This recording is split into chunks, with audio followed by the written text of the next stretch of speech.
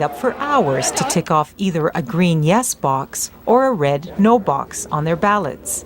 In the end, almost 70% of Kenyans who voted threw their weight behind the yes side. Violet Kairu was one of those yes supporters. Kenyan history for women, we haven't had so many rights, especially for inheritance, land.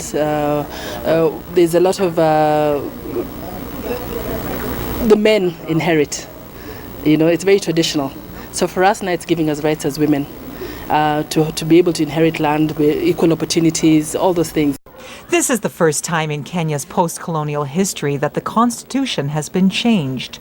The push for a new constitution began in the early 1990s, but a previous referendum failed to pass.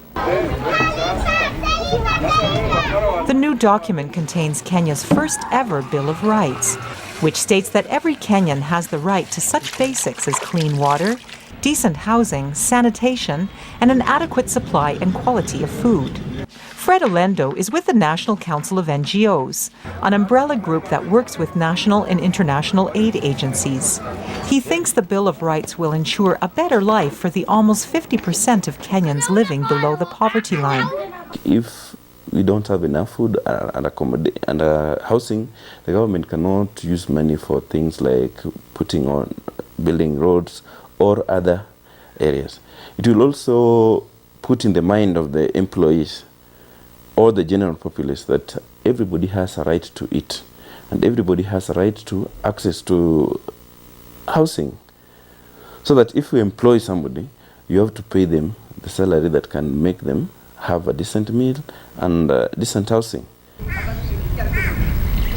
In parts of the country, such as northern Kenya, that have largely been ignored in development plans, an equalization fund will be used to provide basic services such as water, roads, and health care. The new constitution also deals with land ownership, a highly emotional issue. The allocation of land based on ethnicity, gender, or political allegiance was a trend that started in colonial days and continues up to the present. Now there will be a land commission with the power to repossess illegally occupied public land. An important step, according to Moses Ikiara, Executive Director of the Kenya Institute for Public Policy Research and Analysis. If we don't do that, then the fight against impunity cannot go very, very far. So we need to actually,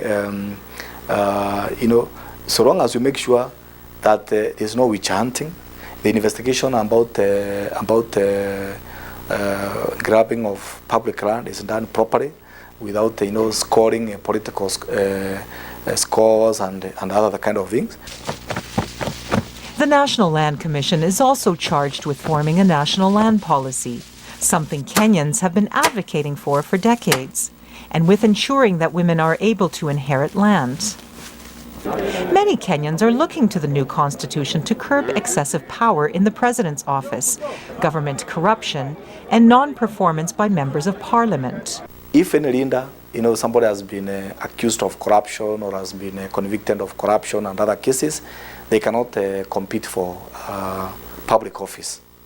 So once this is implemented, and you bring in governance, improvement, you bring in discipline in terms of how the public resources are used, then we are likely to have actually efficiency. Groups such as the National Council of NGOs plan to conduct civic education programs, says the NGO Council's Fred Olendo.